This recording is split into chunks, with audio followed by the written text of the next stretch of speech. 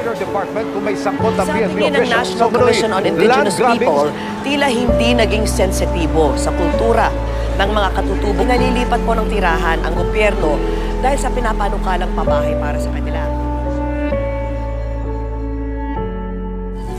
Bakit ka dito?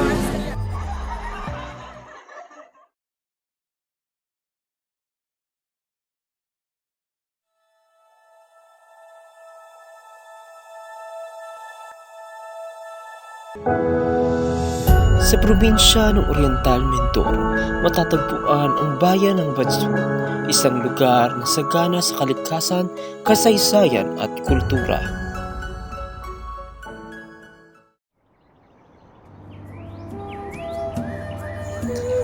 Sa bahaging kabundukan nito, aming pinuntahan ang isang pamayanang matagal nang umiiral, tahimik ngunit puno ng buhay, ang tribong Buhid, isa sa mga pangkat etniko ng mga mangyan.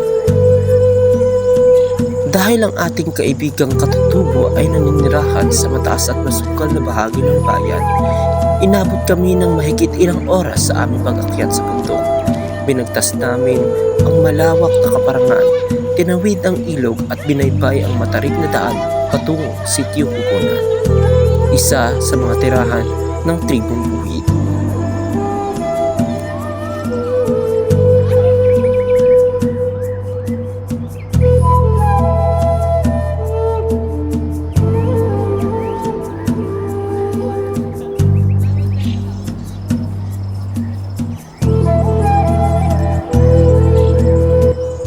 Pagdating namin doon, kami ay mainit na sinalubong ng mga bata at ng isa sa mga lider ng komunidad. Siya ay si Will, isang buhid na nagsisilbing tagapagsalita ng kanilang tribo. Amin siyang nakapanayam ukol sa buhay at karanasan nila bilang mga katutubo. Buhid! Mabuti ang kalagayan namin dito. Tahimik ang pamumuhay. Ang pangunahing kinabubuhay namin ay pagsasaka at kainin.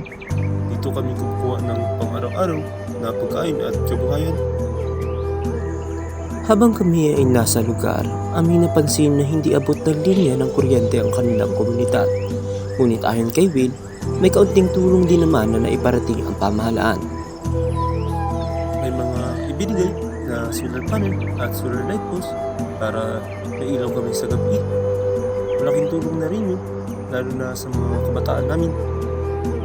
Hindi rin namin pinalampas na tanungin ang tungkol sa edukasyon ng mga kabataang Buhid. Paano sila nag-aaral at saan sila pumapasok? Ayon kay Kuya Will, karamihan naman sa kabataan ng tribong Buhid ay nakakapasok naman sa paaralan. Doon sila nag-aaral sa Condrason Elementary School at sa Condrason National High School.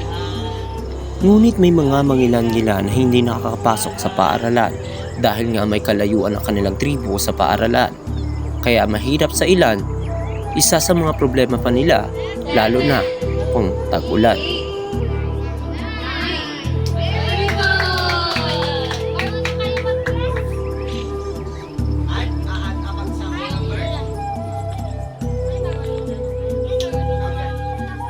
Sa usaping pangkalusugan at pangkabuhayan ay amin ding ihinimay ang kanilang karanasan sa ugnayan nila sa gobyerno. Ang naging tugon lamang ni Kuya Will sa usaping ito, kung sa pangkabuhayan lamang daw ay meron din namang naibibigay na pananim kagaya ng binhi. Ngunit kung pag-uusapan ang pangkalusugan ay minsan ay parang hindi na sila nakikita. Dagdag pa niya na mahirap daw kapag nagkasakit, malayo ang ospital at madalas kulang sa gamot.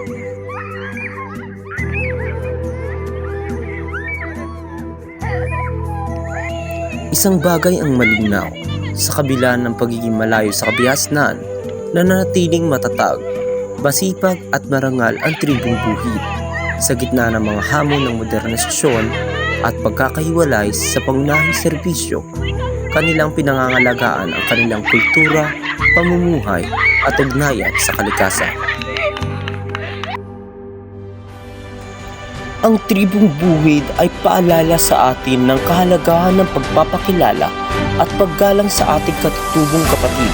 Sila ay sariling tulong sariling gawi at sariling paninindigan.